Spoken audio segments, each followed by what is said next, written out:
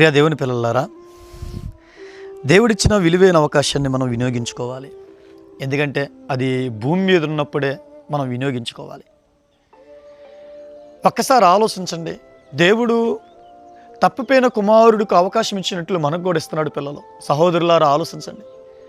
తాగుడు బంధకాల్లో ఉన్న, వ్యభిచార బంధకాల్లో ఉన్న, దుష్టత్వంలో ఉన్న, దుర్నీతిలో ఉన్న, అబద్ధంలో ఉన్న, నటనలో ఉన్న, ఇతరులను వంచేలా ఉన్న, నిజంగా దేవునికి నువ్వు ఎంత దూరం అయిపోయి ఆలోచించుకో. తప్పిపోయిన కుమారుడు పట్ల ఎలా అయితే నిరీక్షిస్తున్నాడో మీ పట్ల కూడా అదే నిరీక్షణ కలిగి ఉన్నాడు.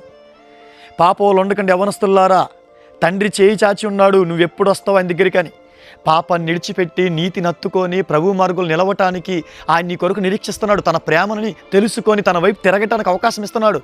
ఎన్నాళ్ళు కైని, గుటక, వ్యభిచారం, అక్రమ సంబంధ సినిమాలు, సీరియళ్ళు, బూతులు, గేమ్స్, జారత్వం, రకరకాల దూషణ మాటలు, కామ వికార చేష్టలు, ఈ వీధి లోక సంబంధమైన ప్రతి మలినమైన చోటిచ్చి భ్రష్టుడిగా దుష్టుడిగా ఎంతకాలం ఉంటావు?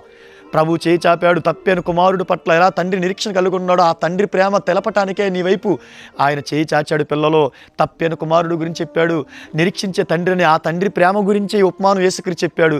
అలాంటప్పుడు నీ కోసం కూడా ఎదురు చూస్తున్నాడు అయ్యా దేవుడు. ఒక్కసారి ఆలోచించు. ఆయన ప్రేమకు దగ్గరవు, ఆయన వాక్యానికి చోటివ్వు, ఆయనకు లోబడు. ఈ లోకంలో ఉండగా నువ్వు ఎలాంటి ఆనందమని పాపం కోసం పరుగులెత్తున్నావో, చచ్చిన తర్వాత నువ్వు చేసిన ఎంత ప్రమాదకరమైన అప్పుడు అర్థమైంది. భూమి మీద ఉన్నప్పుడే సాతాను కూడా మాయ నుండి బయటపడు. వాడి చీకటి కోణం నుండి, వాడి వల నుండి, వాడి గ్యాలం నుండి, వాడి ఉరి నుండి బయటకు వచ్చేసే. వాడి ఉరిలో ఉండకు, వాడి వల్ల ఉండకు, దాన్ని తెంపుకొని వచ్చేసే. పాప బంధకాల్లో ఉండకయ్యా. ఆ తర్వాత నశించిపోతే తర్వాత పరిస్థితులు ఏంటి? వాక్యం వినపడిందా?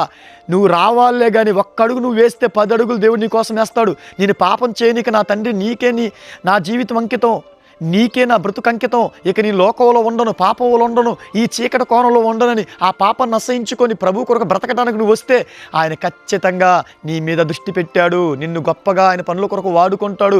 వ్యసనాలకు చోటీకు, పాపానికి చోటీకు, దుష్టత్వానికి చోటీకు, దుర్నీతికి చోటీకు, పాపానికి చోటీకు, వ్యభిచారానికి, పరసంబంధమైన కామ కోరికలకు, జారత్వానికి, యవ్వన ప్రాయములు, కామ విలాసాలకు చోటీకు, దేహాన్ని పవిత్రం కాపాడుకో, 10 మందిని రక్షించేవాడుగా ఉండు, ప్రభు వైపు తిరుగు.